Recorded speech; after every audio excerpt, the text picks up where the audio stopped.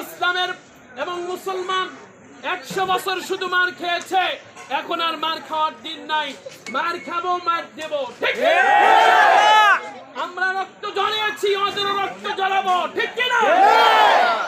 কিন্তু মেরে দোস্ত, আমাদের ওই শক্তি নাই যে আমরা ইচ্ছে করলেই যেতে পারি না, কিন্তু একটা কাজ পারি, সবচেয়ে বড় অস্ত্র হলো অর্থ, ঠিক কি না? আমরা চাই যে আমরা কোন মুমিন মুসলমান জেনে বুঝে আমার মুসলিম ভাইয়ের রক্ত জড়ায় এমন কোন অর্থে আমরা বিনিয়োগ করতে পারি না, ঠিক কি না?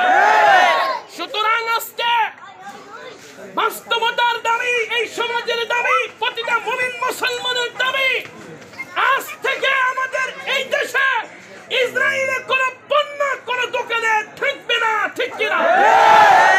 আমরা আজকে থেকে আমাদের এই এরিয়ার ভিতরে কোন কোকের গাড়ি ঢুকতে দেব না, ঠিক কি না? আমার সাথে কারা একমত? ইল্লাহে তাকবীর, আল্লাহু আকবার, ইল্লাহে তাকবীর, আল্লাহু আকবার।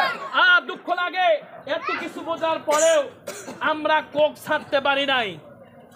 আমার চোখের সামনে আমার মসজিদগুলোকে মাটির সাথে মিশে দিয়েছে, প্রত্যেকটা মুসলমানকে ঘরে ঘরে ঢুকে হত্যা করেছে, আগুন জ্বালিয়ে দিয়ে পুড়ে হত্যা করেছে, আমার মা বোনকে গর্ভ অবস্থায় হত্যা করা হয়েছে।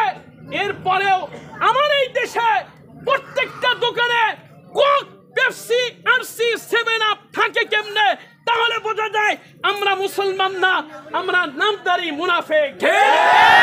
সুতরাং আজকে এই বাস্তবতার দাবি হলো কোন দোকানে কোক রাখা যাবে না, এই এরিয়ার ভিতরে কোন কোকের গাড়ি ঢুকতে দেওয়া হবে না, যেখানেই দেখবো প্রতিবাদ করব, ঠিক কি না?